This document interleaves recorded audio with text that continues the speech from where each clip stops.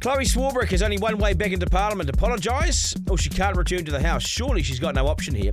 Even Winston Peters says sorry, so he can carry on. But Swarbrick's a different breed, and Jerry Brownlee, simply won't and can't back down. How does Swarbrick return? Does she stay out permanently to make her point? Is the word sorry really that hard to say? And my panel to wrap the week up, ASHLEY Church and Stuart NASH. Let's go. Are we paying these people to front up, or are we paying them to fly to Wellington to eat their lunch? Should you really lose your career for refusing to take part in a 90-minute lesson about Māori culture? This government doesn't actually have any idea how to get economic growth. Show us what you made of, Prime Minister. Editor-in-Chief with Duncan, Garner. Okay, you're with the Editor-in-Chief. Good evening, everyone. I'm Duncan, Garner. Welcome along. Please subscribe. Helps us stay around for a little bit longer, and we appreciate it. I'm Duncan, Garner. Good to have you here.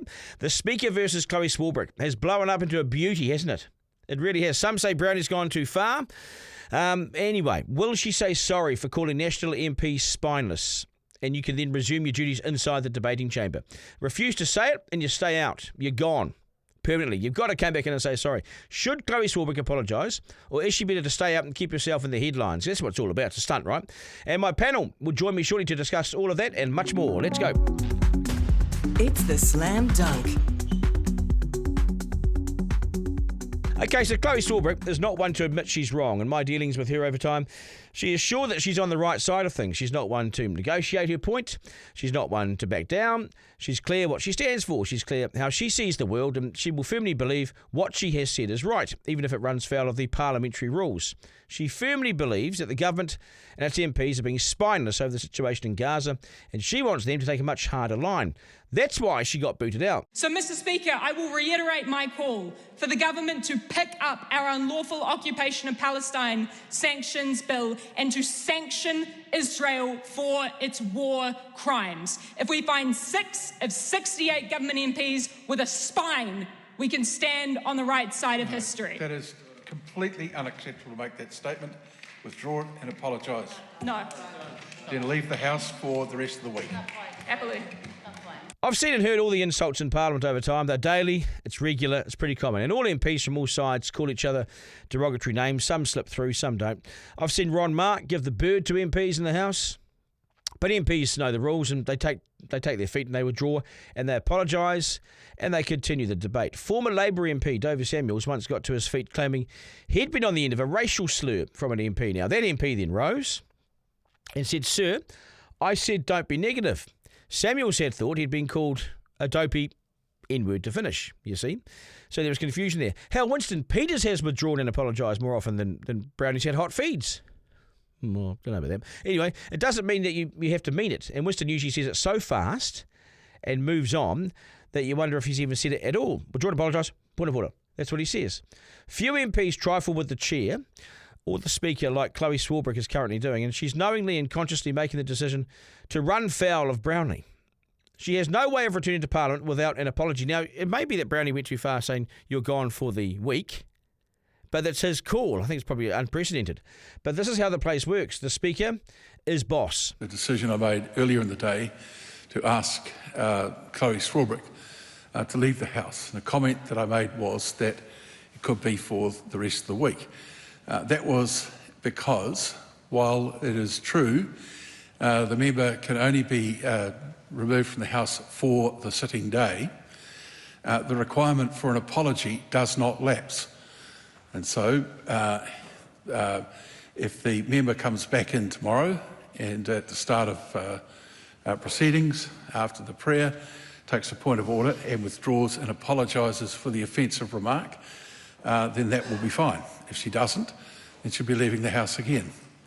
I'm not going to sit in this chair and tolerate a member standing on her feet, or his feet, or their feet, and saying that other members in the House are spineless.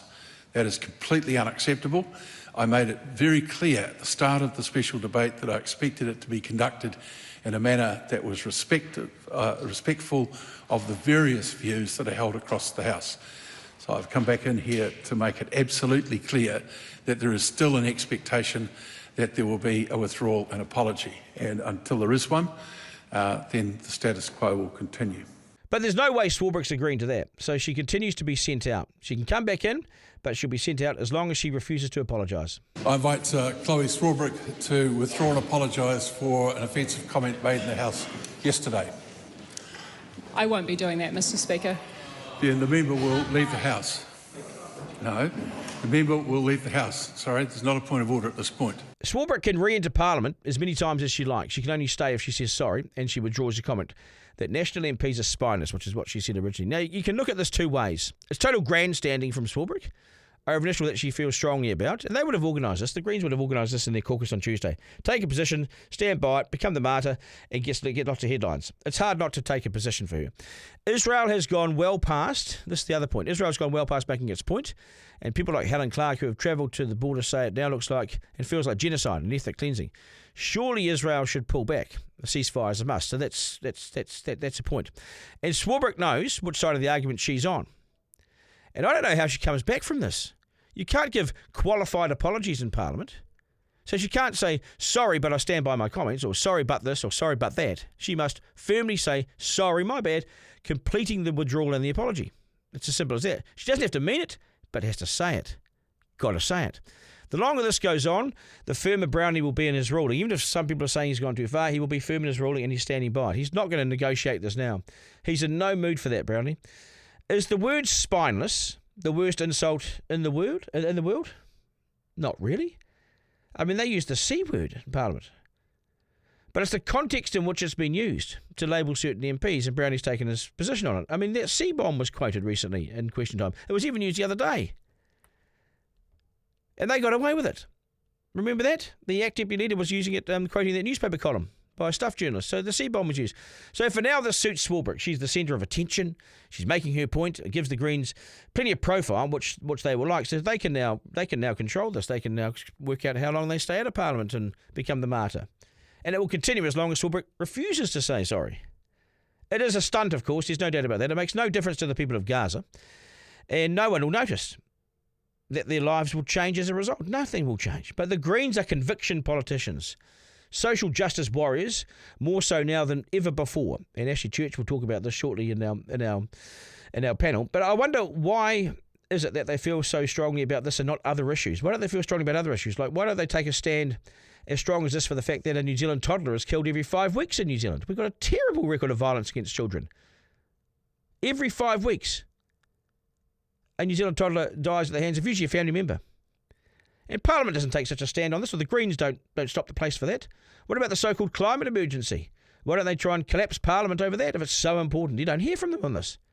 No, nor do they choose to make a stand on the invasion of Israel. Where were they when 1,200 Israelis were slaughtered, raped or kidnapped in the original attack, which kicked off this invasion of Gaza? Where were they? What did they not care about those individuals? Why were they so silent on that murderous attack? Swarbrick will be kicked from Parliament every day she tries to return unless she apologises. It's as simple as that. She will continue the stunt as long as it works for her, but she surely will come back at some stage when the headlines die down and she has FOMO, or fear of missing out. Swarbrick must learn the art of backing down and compromise and withdrawing and apologising. They've all done it. If Winston can, anyone can. It's now on Swarbrick. Is she up to it? If not, she's out permanently, and that'll be her call. She knows the rules. How long she stays out of Parliament is on her now. It seems saying sorry really is the hardest word for Chlöe Swarbrick right now. Editor-in-Chief with Duncan Garner.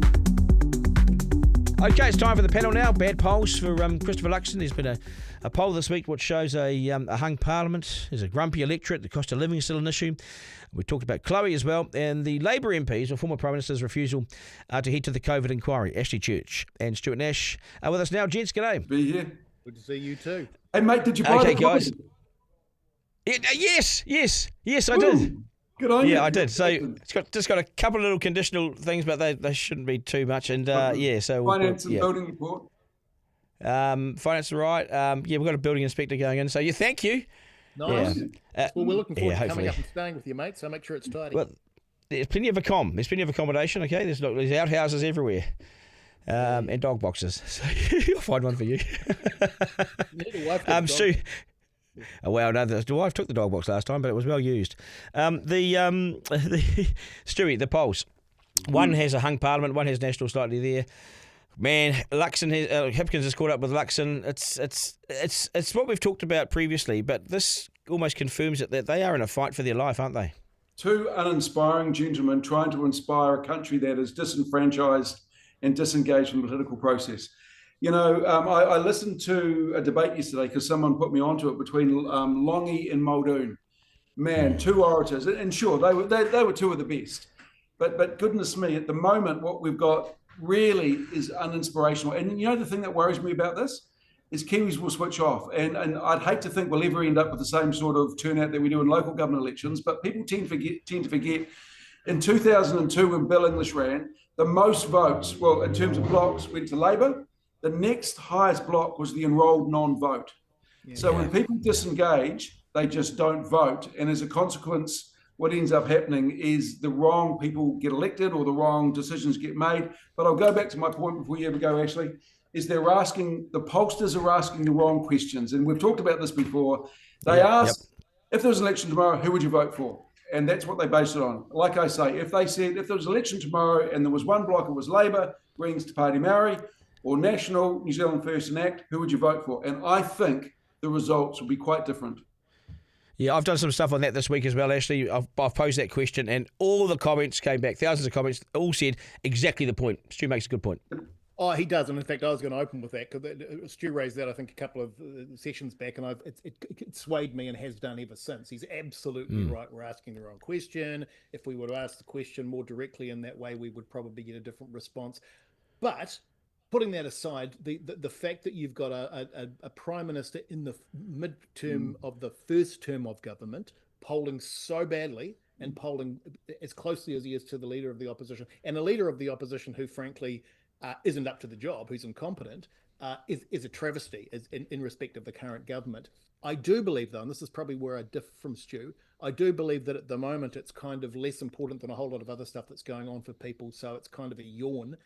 It will become more important as we head into next year. So once we get into 2026 and there's an election looming, we will see more interest. However, that means that the polls will change as a result of that. Whether that means that National will suddenly see a spike or Labor will see a spike or both of them will stay where they are at the moment, God only knows. But it's a fascinating time. And yes, Stu uses the example of Longy and Muldoon, two old war horses who were masters of their art. How far have we fallen when it comes to the quality of the MPs and the quality of the leaders that are put in front of us? Oh, a long way. It's a long way. And Duncan, you'd appreciate this. I've had a number of conversations over the last week, and talking to Labor people, the thought that Chlöe is arrogant enough to believe that she can be a co-deputy prime minister and the minister of finance. I sent something to one of my mates in Labor saying this does more damage to you than anything you could possibly say, except maybe Willow Jean Prime. But Chlöe as minister of finance, Jesus. Well, she didn't understand her own budget, let alone a government budget. I mean, seriously, I did see that. I thought these guys, their entitlement. Like the entitlement, and we'll talk about Chlöe shortly because I want to bring her up. Obviously, she's had in her eyes a big week. But just back to that poll, just want to finish this one off. Cost of living. I had David Farrett on the podcast this week, and he's National's pollster and a very good pollster. Probably the country's one of the best pollsters. He said to me that the cost of living issue really, in his polling, is starting to bite National. They promised to take an axe to it and promised to deal with it, and it just hasn't happened. And so anyone who's a man over 60 is voting on the right, and anyone under 40 is voting to the left. He said the demarcation, he's never seen it so great, never seen it so divided, and that's where the left is picking up their votes. The cost of living, unemployment, it's really starting to bite, Stu. Yeah, look, I 100% agree. And maybe, just maybe, running Air New Zealand is a little bit different than running the country. Who would have known that, 18 months ago? But that was the promise that they made. And the thing is they brought in this cost of living crisis. We all knew that things were tight, but it was their vernacular, cost of living crisis. They were going to solve this. I actually think that both Luxon and Nicola are actually out of their depth. They really are. Yes, so Ashley. I have a slightly different view. So I've actually gone back and had a look at what they actually said prior to the last election. And, I'm no fan of National right now. I think that they've dropped the ball on a lot of stuff that they said they would do and come into government and basically abandon some of their key policies. But on the topic of economics, of what they proposed to do, they actually were reasonably open prior to the election that this was going to take some time. And they had to be, because they were turning around a really large locomotive. They had to stop the locomotive and turn it around, and then get it moving in the other direction. So I cut them a little bit of slack on this. I think that the hyperbole which we're getting at the moment around the fact that it hasn't been solved is probably coming more from the media, who are fueling this idea with the public, than it's coming from National themselves. And it was always going to be a big ask. I actually still have confidence that we are going to be in better times a year from now.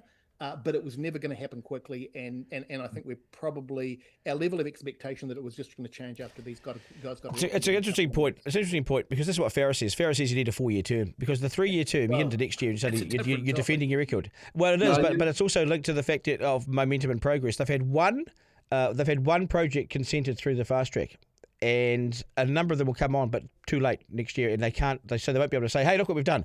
So if you had 4 years, you could actually embed some of this progress and say, hey, here we go. What do you make of that, Stu? But the problem, Doug, is there was a narrative in 2024, and whether this was propagated by the government or not, it doesn't matter, but it was the defining narrative that survive until 25 and then thrive. And the government didn't sort of calm the horses on that. They sort of, I think the government thought that the economy would grow faster than it is. Sure, they've been throwing some curveballs like the tariffs and the state of the global economy, but that was the overarching narrative. And now that we're in the middle of 2025, past the middle of 2025, and things are still really, really rough, I think people are looking at the government and going, well, hey, this is not our expectation. Now, whether the expectation was realistic or not, it doesn't really matter, because politics is about perception. And the perception were that things would be better by now. I have to concede that point. And the reason I think that happened, Stu's right, and the reason I think that happened was because interest rates started to come down quite quickly, and there was every indication that all of the levers that would normally turn an economy around were heading the right way. So I think halfway through last year, when it was clear that inflation was coming back under control, when it was clear that interest rates were dropping back down to more reasonable levels, I think you're absolutely right, Stu. I think Nicola Willis thought, okay, things are going to be on the improve, and she made that silly statement. So probably an own goal in that regard. And she and Nicola Willis had a press conference, as we discussed probably 10 days ago, where she said we're now looking at 2026. So she actually pushed back the government goal to 2026. Now, I was at that auction, the housing auction the other day, and there was no, I got the place for under GV.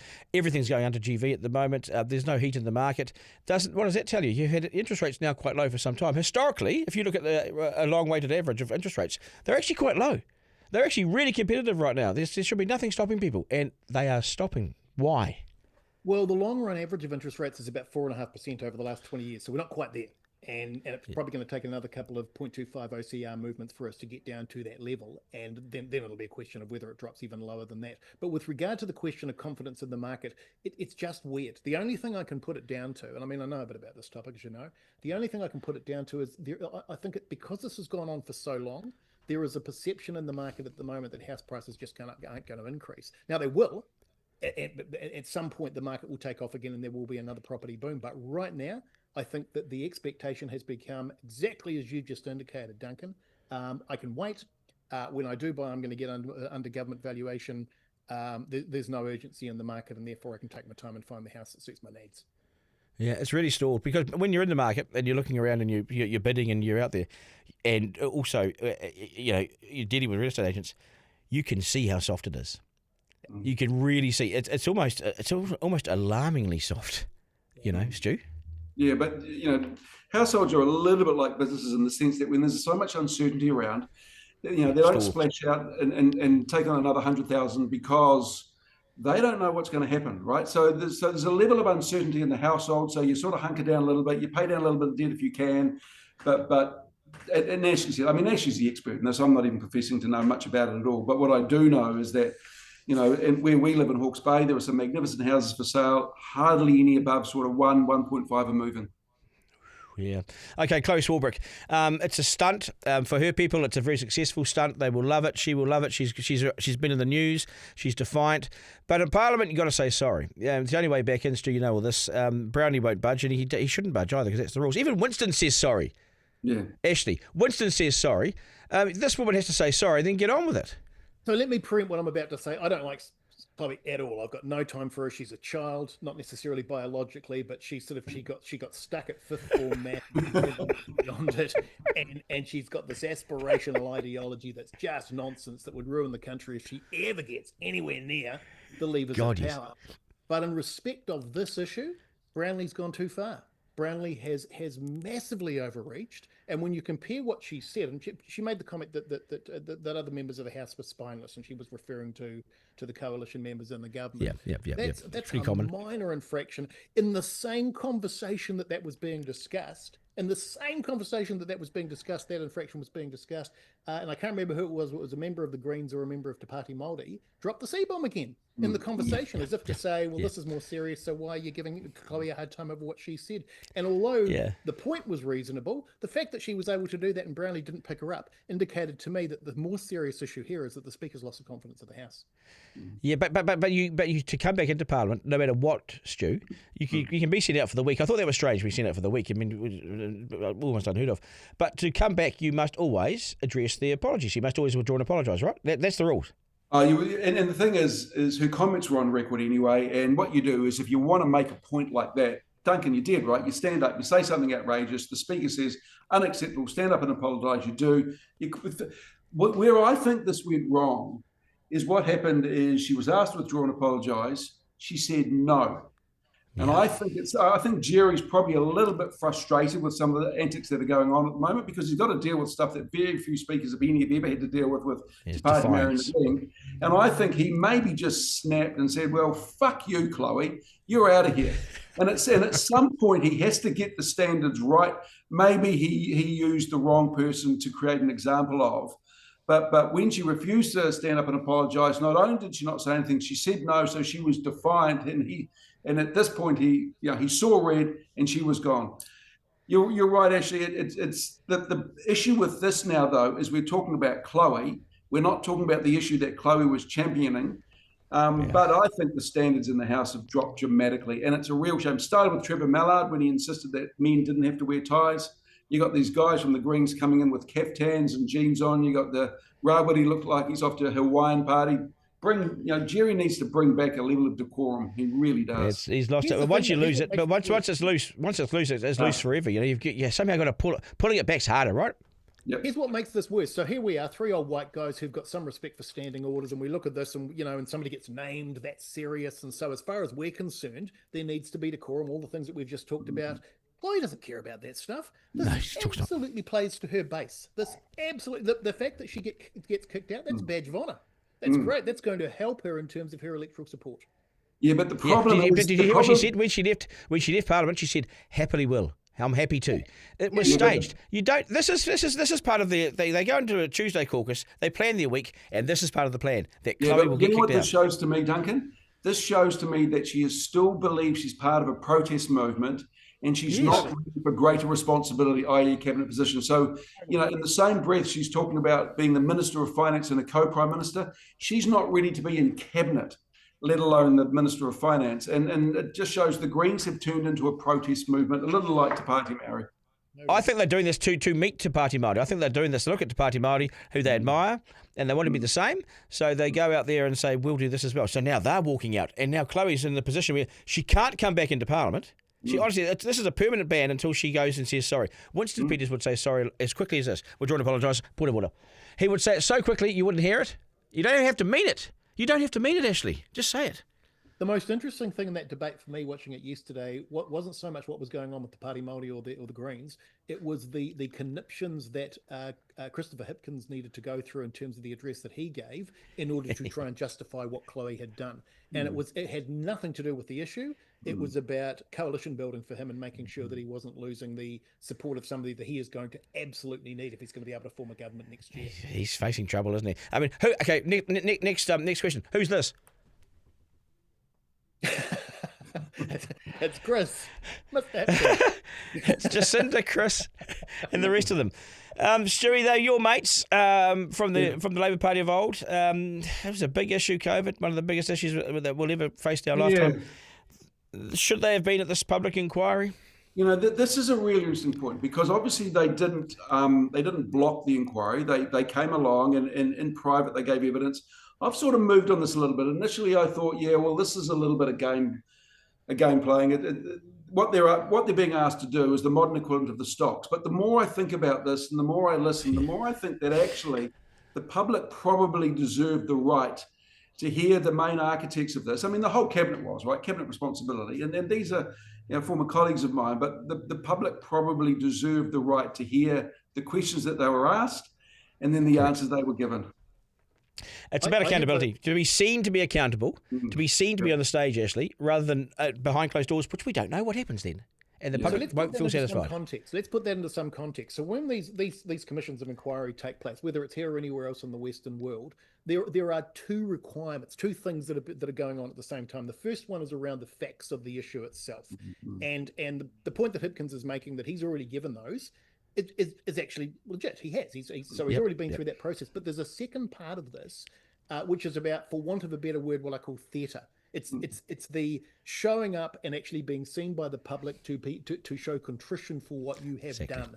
Now, if you compare that to what Nelson Mandela did just after he came to power back in the 90s, and he introduced these things called Truth and Reconciliation Commissions. And the whole point of those was yes, it was about the atrocities and things that had carried on under apartheid, but it was also about these people fronting up and the public actually being able to see them fronting up and hear the answers that they gave. And that's the bit that is being missed here. And the problem with this, and you might say it's extreme for me to use apartheid as a comparison. I don't think it is at all.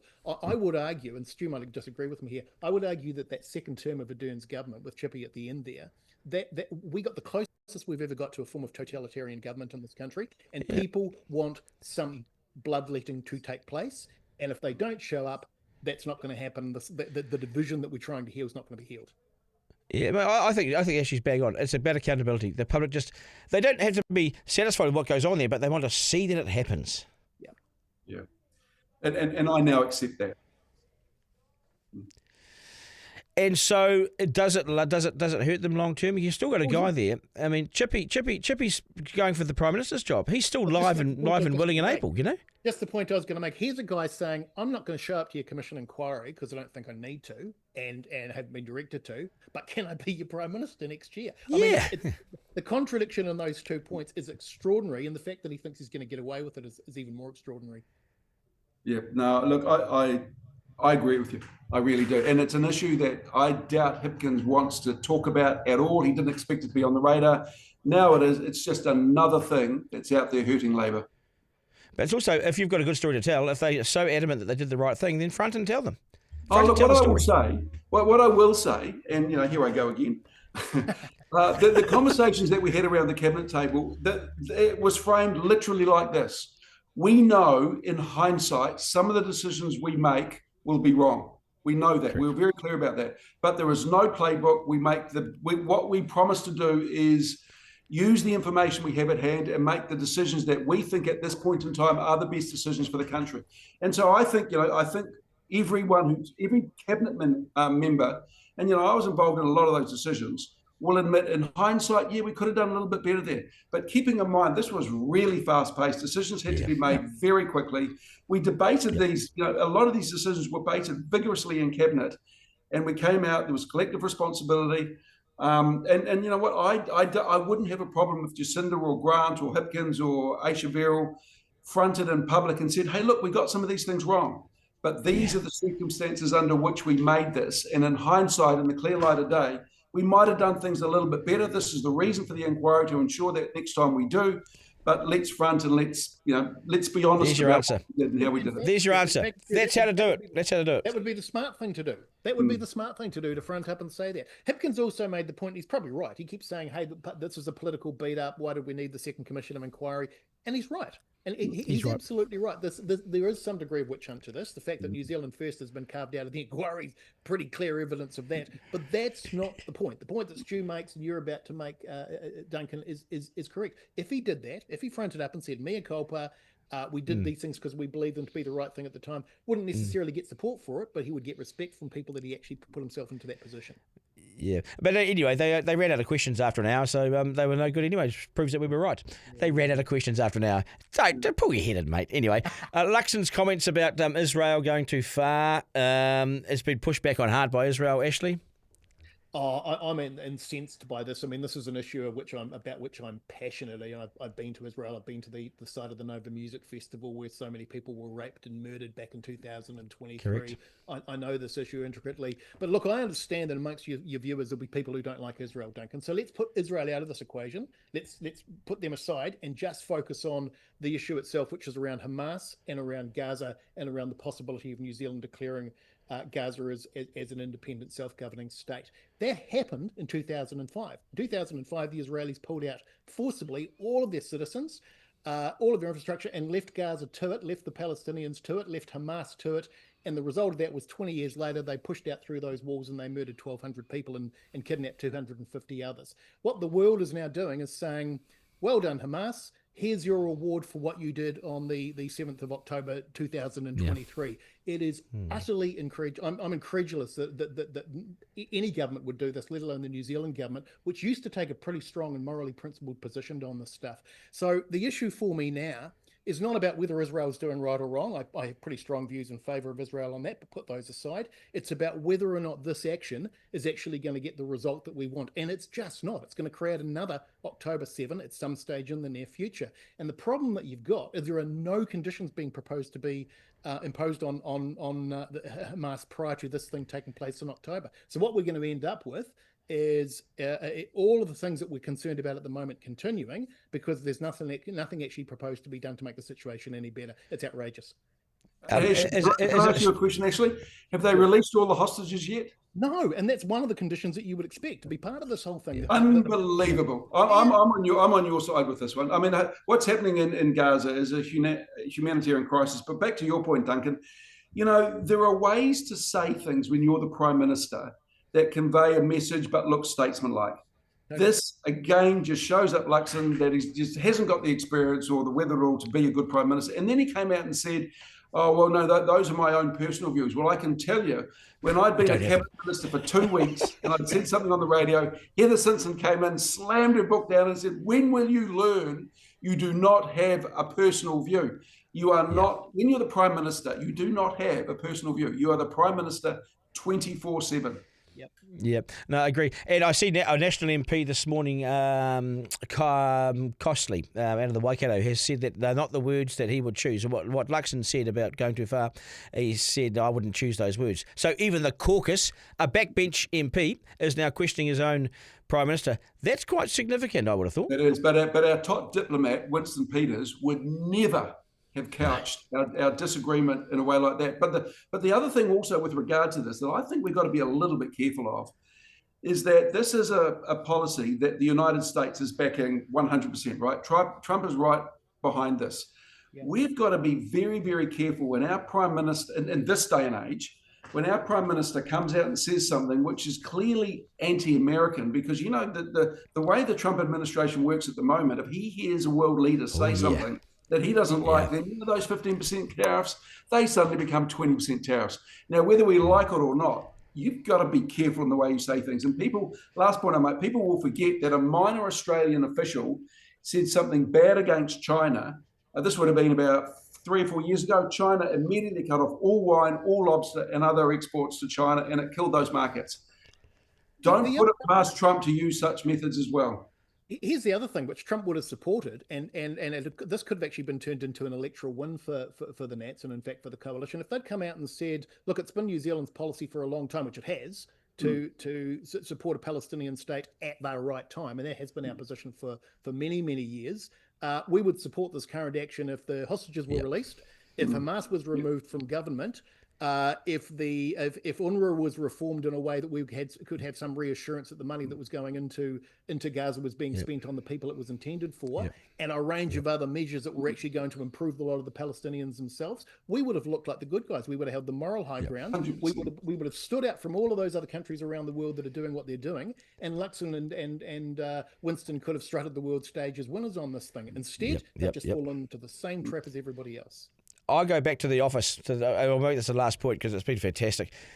You have been critical, Stewie, of Luxon's office not having the grunt, not having the organisational ability. This goes back to this. Your Prime Minister's got out there unbriefed or badly briefed and not good enough. Hey Duncan, I want to bring up another point though that's really incensed me. To the to the fact that I actually put something on LinkedIn about this. You know, Erica Stanford put out these decodable books, right? Structured literacy, decodable books, how kids learn to read. And you have had senior Maori academics come out and call us racist.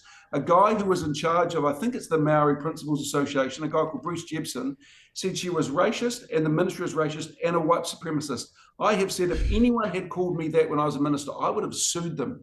You know, and Sir Ian Taylor, who I have an immense amount of respect for, a great Kiwi, has put up a really good LinkedIn post for those who are interested in this, explaining this. You know, when kids learn to read, they must learn to read in one language. This is only the first year. She's not saying that she's wiping Te Reo from all their books going forward. This is teaching kids to read. The science that backs this is 100% valid. It is world's best leading.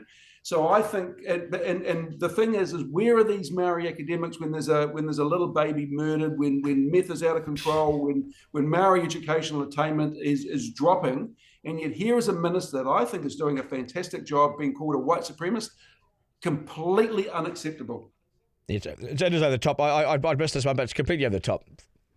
Yeah, interesting. You've actually changed my dial on that a little bit, Stu, because this will surprise you. I'm actually, and have been for a long time, of the view that we make more noise about the whole Māori language thing than we should, and that in fact a little bit of Māori sprinkled through the curriculum is not a bad thing. In fact, I'm one of these people who believes that kids are perfectly capable of learning 2 languages, and that Māori should be compulsory as part of the curriculum in New Zealand, and that'll shock a lot of your viewers. I know you'll never have me back, but you're absolutely right. When you phrase it the way you just stood, Stu, it actually makes sense, and I agree with the point that you're making. And as you say, it is outrageous to refer to her in that way. So, in respect of the people who are doing that at this particular time, this has got more to do with the politics of it than it has to do with the issue. This is only first year books. And let me give you just one example that your viewers will buy into.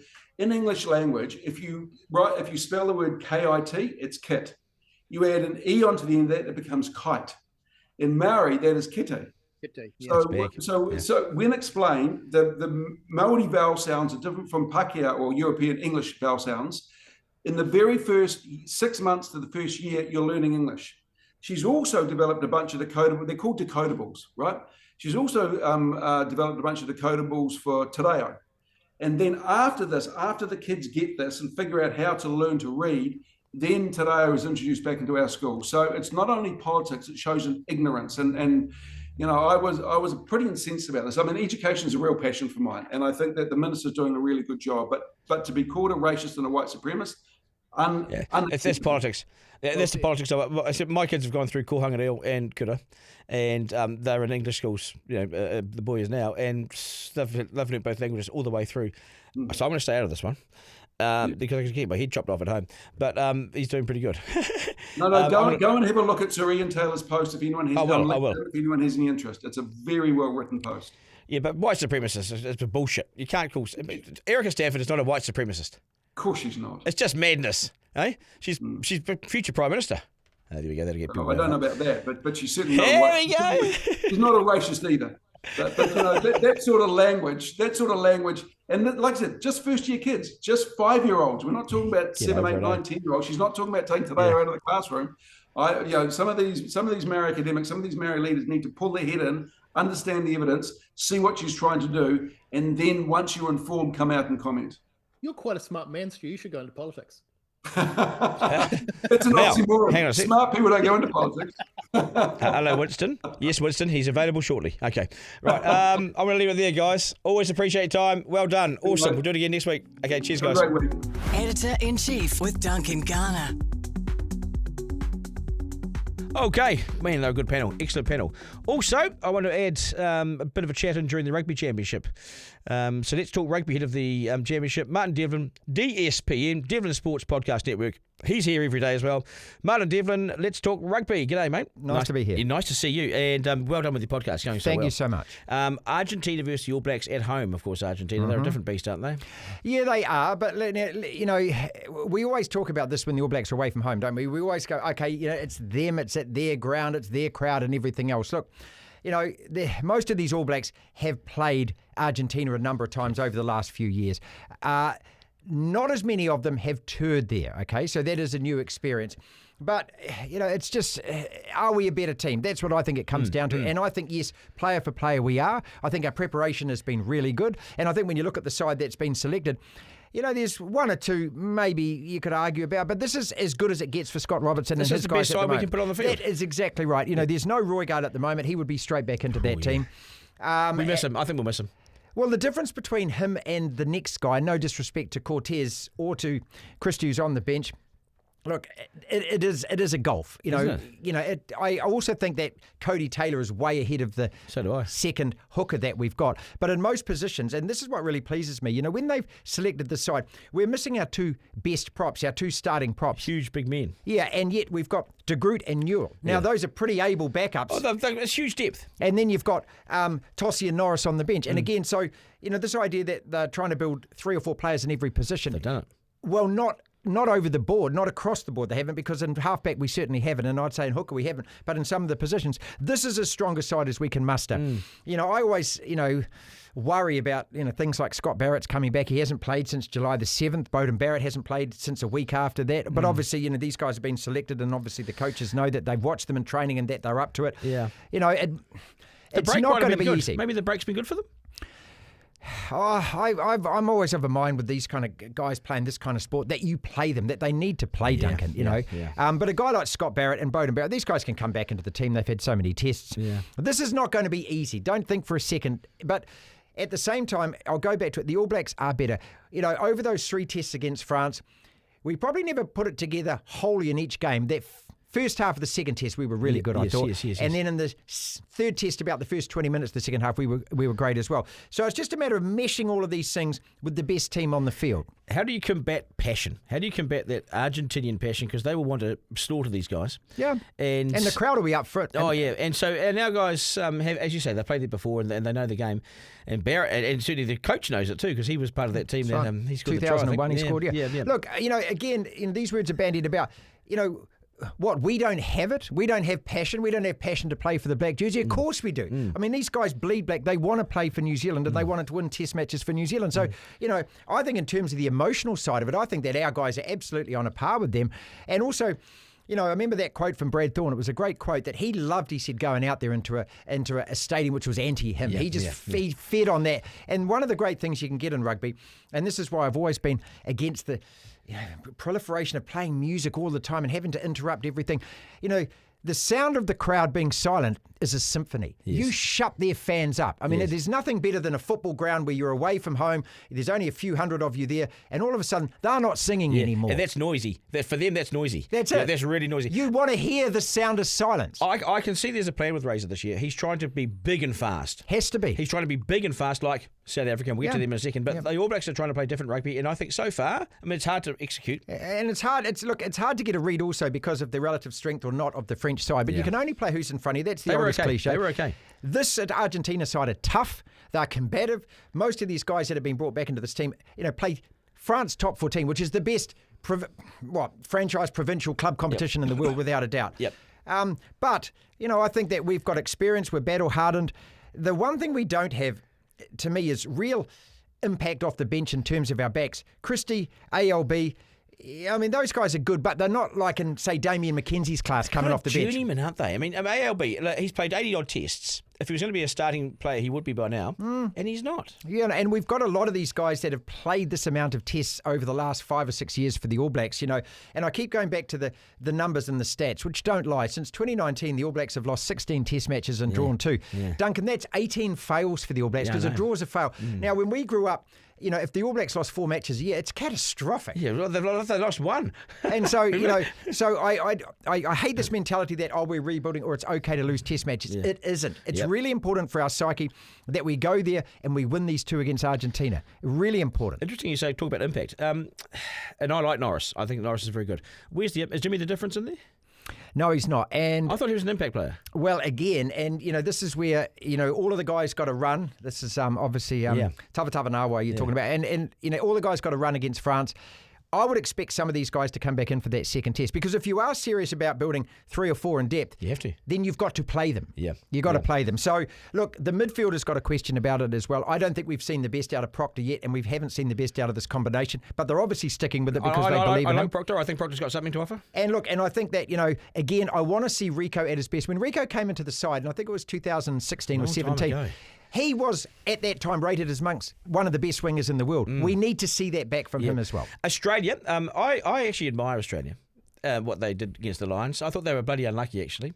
Really well, unlucky. the first test they weren't. The first test they were boys. Yeah. But second test they got it together, but they blew a big lead. They had a 23-5 lead, mate. I know, but they were written off before the series, and they at least got some respect out of it. I certainly respected them by the end of it. And it's amazing, isn't it, what, 2 huge bodies, and that is Valentini and Skelton can do. And that great stat, it was something like, with Skelton off the field, they lost, and I'm not sure if I have the numbers exactly right. It was something like they lost 39-22 to the Springboks. With them on the field, they won 36-24 or something crazy but like he's that. a monster, right? He's a genuine monster, which we don't have a man like that. No, and there are, that brings its own limitations in that he's not a line-out jumper. You're never going to get that out of him. But just in terms of what you're talking about, size and pace. You look at that Springbok lineup, and they've been doing this for years, but those guys are super fit now. They bring another forward pack virtually off the bench, and they just hammer you. And at altitude, they've been there for 3 or 4 weeks. The Box, they've got a big advantage.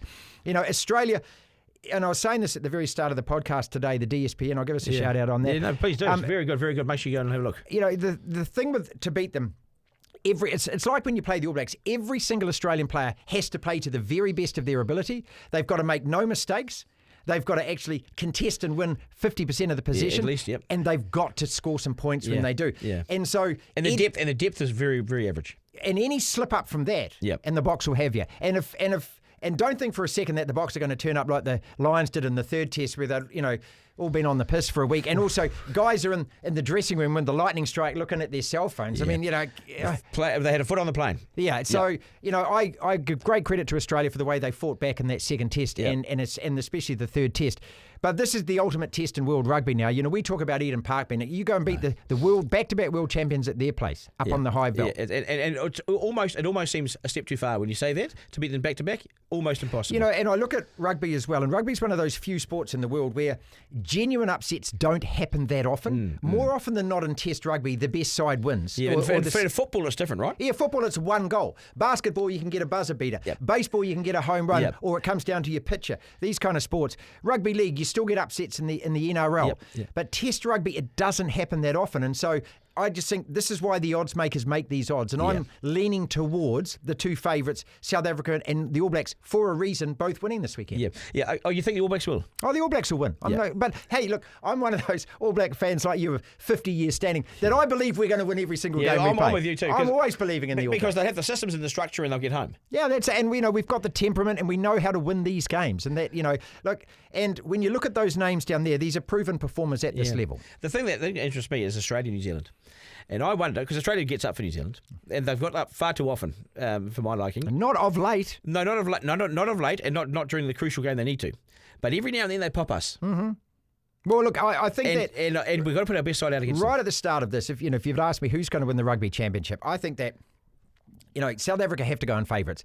I think that we're going to split those tests here in New Zealand. You do? I do, and I think that we'll win the Eden Park one. I hope we win that one. I mean, to keep that record, but also I think we are vulnerable to losing one of them against Argentina or one of them against Australia. Whereas I'm not so sure South Africa playing Argentina at home are going to lose a test, and I don't think them playing Australia at home they're going to lose a test. They'll win this. They'll win the championship. I think they win those 4. So if they come here and beat us once, they're home. Then it's theirs. But look, it's really exciting. It's a rugby championship that really does mean something. Yeah. And for when have we said that? When have we ever said that? Well, this is the thing. For a long time, you get the World Cup and you think it's all about the World Cup, and do South Africa button off in between. Yeah. This means something because we've got the 2 tests against them here in New Zealand. Yeah, well, you've only got the best sides in the world now.